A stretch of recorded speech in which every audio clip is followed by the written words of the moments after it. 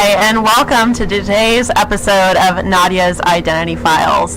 Today we're going to be talking a lot about cultural identity, especially as it relates to Hollywood and the entertainment industry.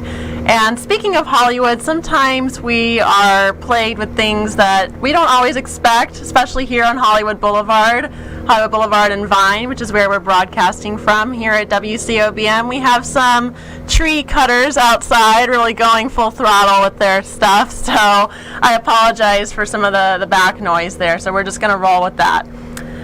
So cultural identity, it really boils down to the feeling of our relationship with groups at large. So it's the feeling of belonging to a group. So although we may individually consider ourselves to be X, Y, or Z, our relationship with the group that's related to those things is often has a really large bearing on our identities and our relationship with other people who might also share those identities. For example, I'm going to use myself. I mean, although you know I have quite a few identities, let's just say how I am LGBTQI, I am spiritual, I'm American, I'm a feminist. I mean, those are all very important aspects of myself, very key components of my identity. However, my relationship to different communities or different groups, obviously there's the LGBTQI culture, there's a feminist culture, there are even, of course, subcultures within those larger cultures. How I relate to those cultures has a huge bearing on the way I self-reflect and interact with others.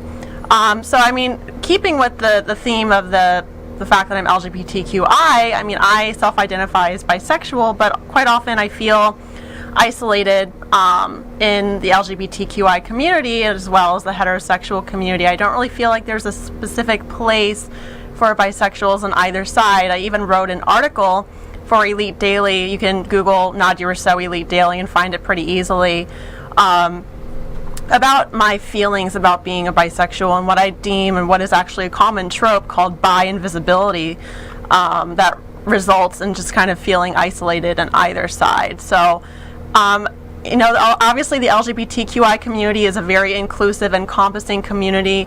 I don't think that these issues necessarily relate, I mean, obviously it's negative to me and others who have the similar experience, but it really is, I think, a relationship to overarching binaries that even groups at large and people within those groups have to deal with. So, I mean, it is an issue, but it's something that I feel it's improving every day, but I definitely feel more flack from the heterosexual community. So just using that as an example of cultural identity and how we kind of work in and out of different cultural groups, identifying groups. So, you know, quite often what the larger group holds up in terms of our identity can either serve as a reminder to embrace those aspects of our identity, or, you know, as I mentioned, it can be rather isolating. So, I mean, another example is someone who would identify as Christian. Say there's somebody who's really involved in their Christian faith, but they choose to worship God in a private space, right? So they don't really necessarily feel embraced by the Christian community. Maybe they don't want to go to church or maintain certain expectations that are put forth by that culture.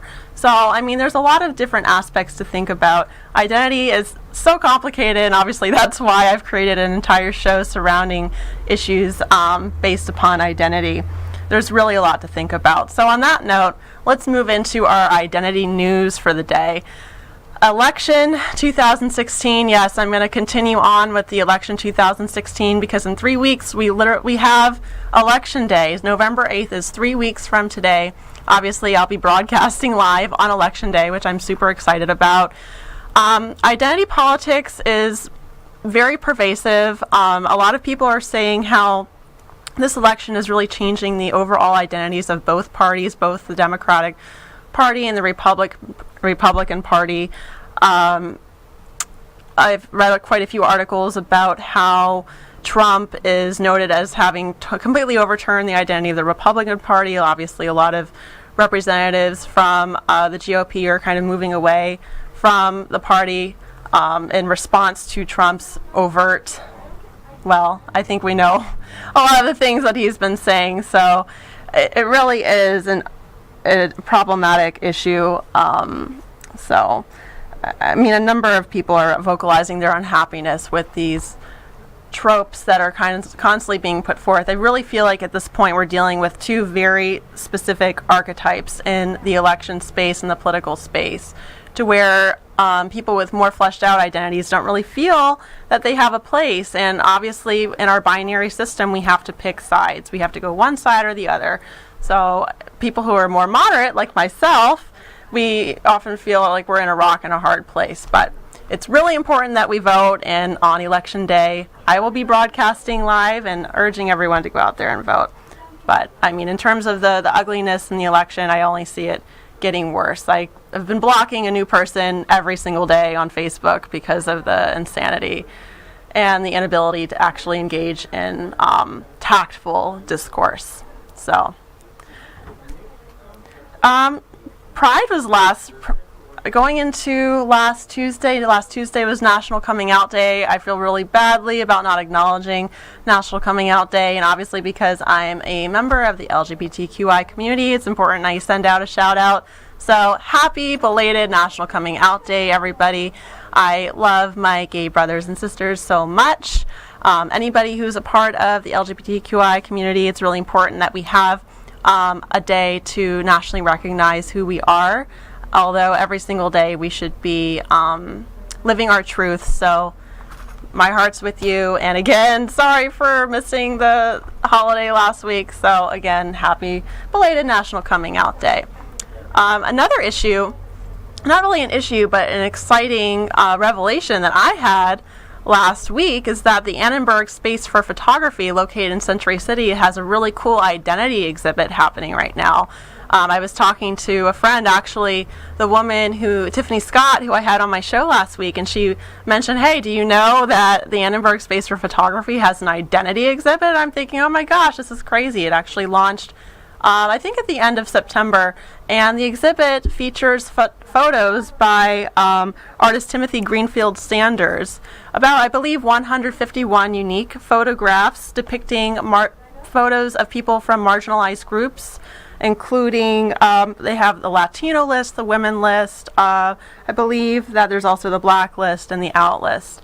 So I'm really interested in seeing the intersectionality as depicted through these photos. So I'm really looking forward to checking it out, and definitely I'll be touching base rather on that in my observations next broadcast, if I can make it to the exhibit this week. So, as I mentioned earlier, we're going to be talking a lot about identity in Hollywood and how we kind of observe different identities in the entertainment industry, obviously from the outside as audience members, but even more so for those of us who are directly in the center of Hollywood. I initially moved out to LA for a modeling acting career, and I found that I was often pigeonholed in archetypes that weren't fitting for me, and I wasn't able to breathe through my truth in those archetypes. So it's going to be an interesting segment. I have Michael Kearns, who's going to be coming on next. He is a big-time gay activist, actually the first known actor who came out as HIV positive on live TV. He's a truly estimable and wonderful human being, and I'm so excited to have him here. Followed by Jessica Ross, who you probably know from watching Michelle's Corner here on WCOBM. She is a slashy in the best sense and quickly moving up the Hollywood ladder, and she'll be coming on right after Michael. And followed by those two interviews, we will be having our standard on-air social media consult, wherein one of the two will be winning a raffle and an opportunity to have an on-air branding consult with yours truly. I'm looking forward to it, so stay tuned, and we'll be coming right back.